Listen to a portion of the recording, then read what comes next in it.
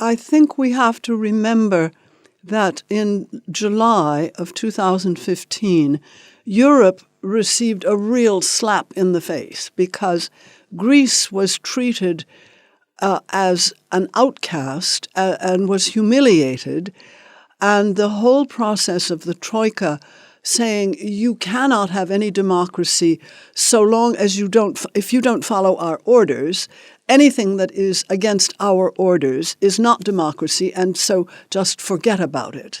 And they imposed a memorandum, in other words, a list of things that Greece had to do, which was much worse than anything that they had discussed before. So now Greece is being forced to privatize everything that was not already privatized.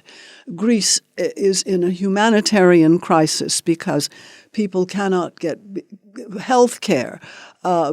Schools are closing. There are older people who do not have enough to eat. Literally, it is at the point of hunger and being forced to live at a level which is literally what we used to call the level of the third world.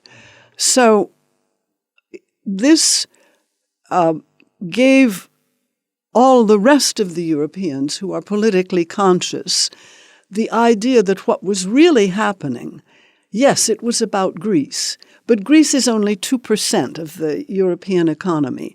And really it was a message to the left in Spain and to the left elsewhere. It was a message to Podemos, a message to anyone who thought that they could disobey the undemocratic rules of the European Union.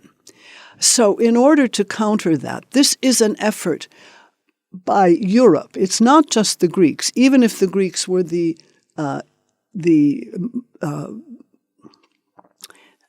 even if the Greeks started the movement, it's not just about Greece. And Plan B means simply that Plan A is the plan of the European Union, and the non-democratic forces, the IMF, the central bank, the Commission, which are, I believe, anti-democratic. And this is to say we will not accept that plan. So there has been a meeting in Paris, which was mostly political leaders, but it was decided at the same time that there would be a meeting in Spain, in Madrid, where the social movements would have the floor.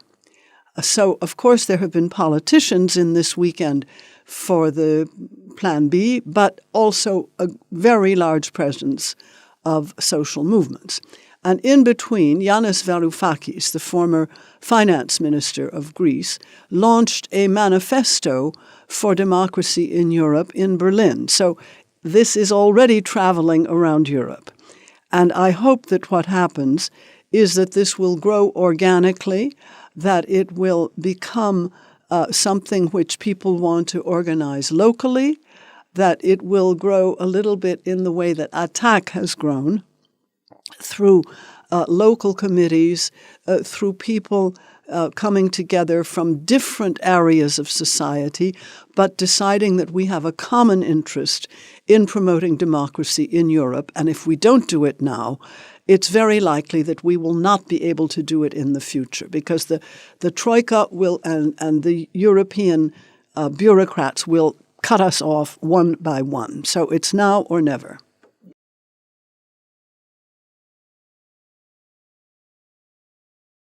I never answer the question, are you optimistic or pessimistic? Because I don't know the future, but I do have hope. And I'm old enough now to have seen a lot of things happening over the years in Europe. The first time we ever got even a small movement of Europeans together was at the time of the MAI, the Multilateral Agreement on Investment. And although it began in France, we did have other European participants. We won that in 1998.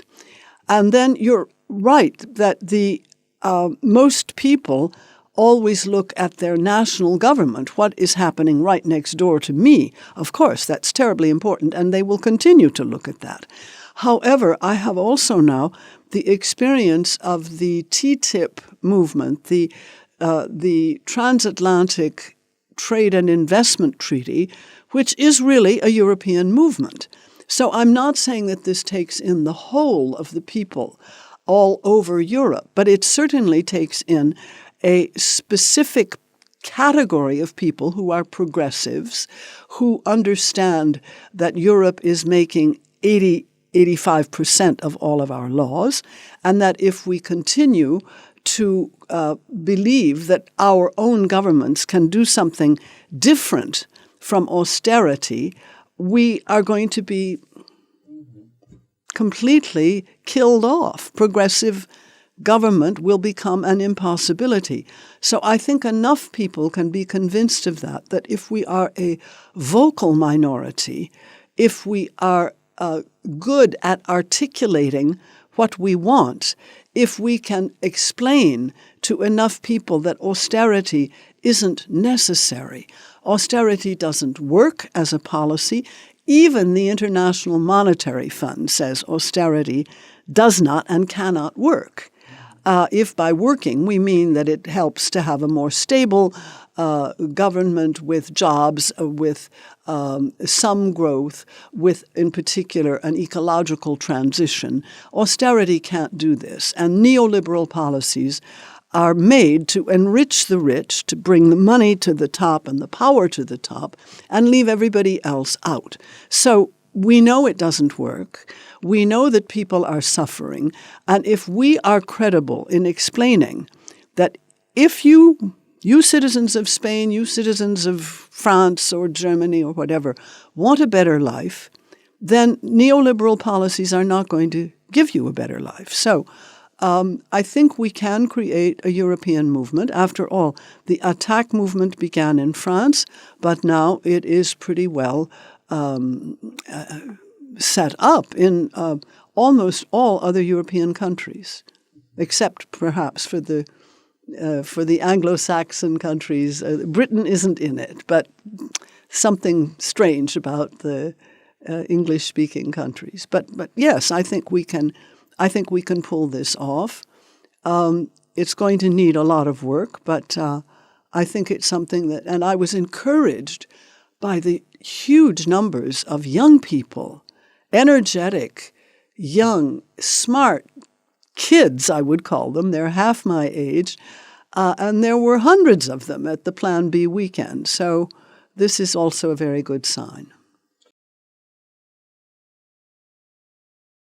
Well, I can only speak about France because I don't know the details of other countries' attack battles. But personally, I think that unless we can make the transition to a green economy and society, we are going to be leaving a terrible world to our children, and this has to be the top fight. The other thing is that the financial markets are still controlling most of what we decide. Our governments are in thrall. They are controlled very largely by the financial markets. And these two things come together in the sense that they may say, well, yes, a green transition would be a very good idea. We would very much like to do it, but we haven't any money and we can't do it.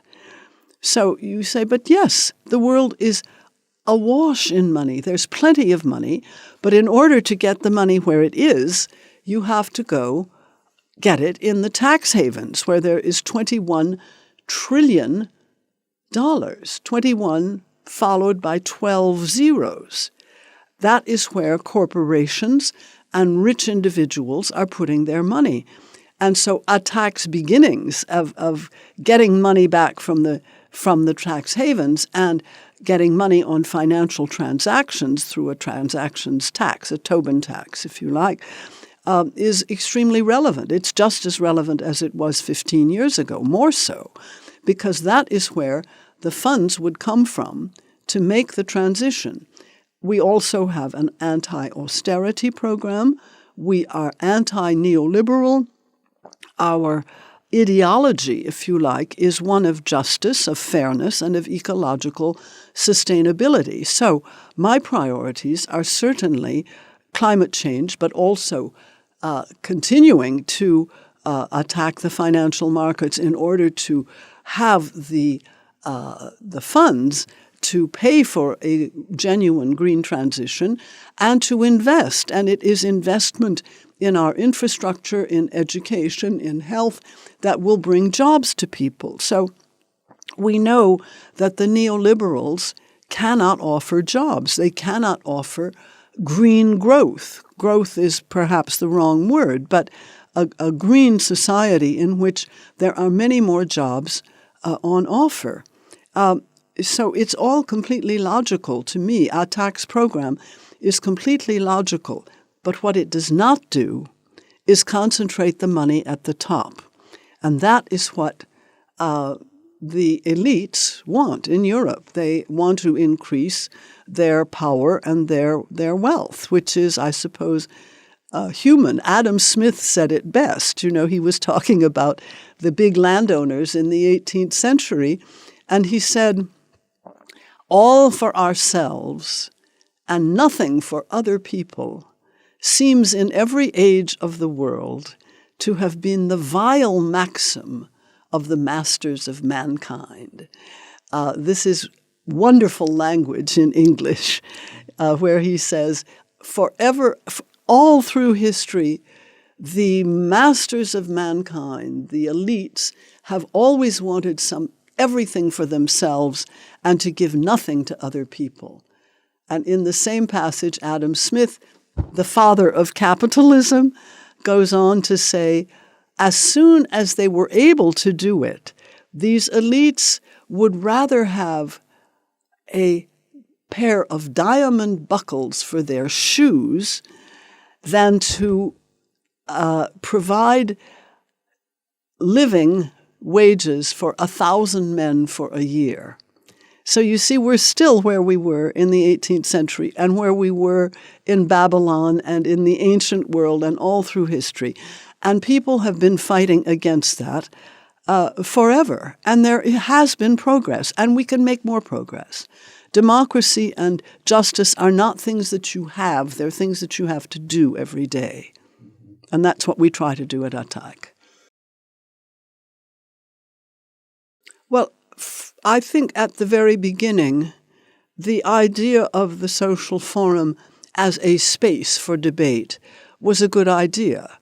I think now the time for debate is over. We agree. I used to have to, every time I gave a talk 10 years ago, I had to explain each time, what is neoliberalism? Now everybody knows what it is. Everybody knows what the policies are. We don't have to debate it. And I think it's time that we made more cross-border alliances, that we make some formal alliances, that we have working committees that have their centers here or there, or those can move, they can change year by year, but we need better organization. The social forums are wonderful from a social point of view. I like to go and see people from all over who I've met here or there, but I don't know as this is doing anything politically. I want to strengthen political bonds, have the possibility for meeting people who have the same interests I have, because nobody can do everything. We have to choose. You cannot do 24 hours a day, however much you would like to. On the very big things, we can all sign and say, yes, this is extremely important. But right now, I am I'm in the TTIP group, which works very well throughout Europe and also with the movements in the United States. But I can't do every other subject, So you can't give a talk every night of the week, or you can't write an article every day of the week. So I think it's time that we moved on to something a bit more formal, and that we dropped this concept of it's only a space to have a debate in.